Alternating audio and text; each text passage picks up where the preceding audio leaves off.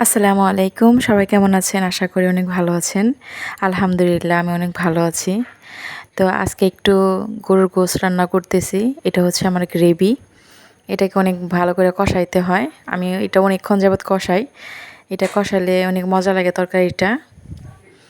আর অনেকে বলবেন যে মাটির চুলায় কেন রান্না করতেছে? কারণ আমি গরুর গোশত কিংবা মুরগির গোশত এগুলো আমি মাটির চুলায় রান্না করি। কারণ এটা মাটির চুলায় রান্না করলে এটার স্বাদটা অনেক বেড়ে যায়, অনেক মজা লাগে। তো আমি আলুগুলো অনেক মোটা মোটা করে দিছি, গোশের সাথেই দিয়ে দিতেছি, তাহলে আলুগুলো ভাঙবে না।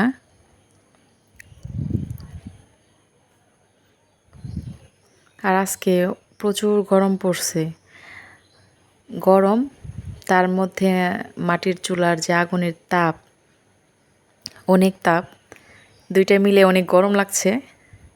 আর আমি বিশেষ করে একটু ওই গ্রেভির ভিতরে কাঁচামরিচ একটু মানে ছেঁচা দিই, মানে পুরাটা মিশিন করি না, এমনি ছেঁচে দিই, তাহলে এটা অনেক মজা লাগে।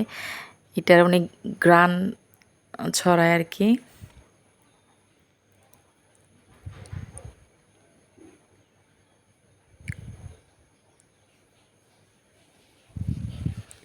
আসলে এই গোশগুলা কিন্তু চুলায় রান্না করলে অনেক মজা লাগে, আর সিদ্ধ হয় অনেক সুন্দর হয়। আর ভালো করে সিদ্ধ না হলে তো বাচ্চারা খেতে পারবে না। আমি রান্না শেষে আবার চুলায়, যখন রান্না শেষ হয়ে যায় চুলায় আমি আবার তরকারিটা বসায় রাখি, যাতে তরকারিটা অনেক সুন্দর হয়। এখানে কিন্তু কোনো কষানোর জন্য আমি পানি দিব না। গোছের ভিতরে যে পানি ছিল ওইটা দিয়েই আমি সুন্দর করে কষাবো এটাকে।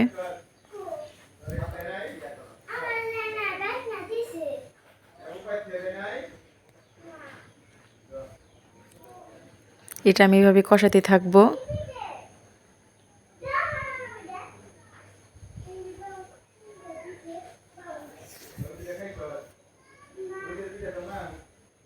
দেখেন প্রচুর রোদ, রোদে একদম।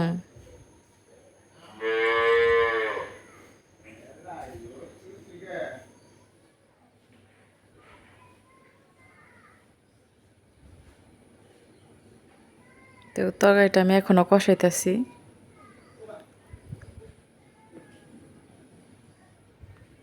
পানি দিব কিছুক্ষণ পরে, পানি দিব, আর একটু কষাই নিই।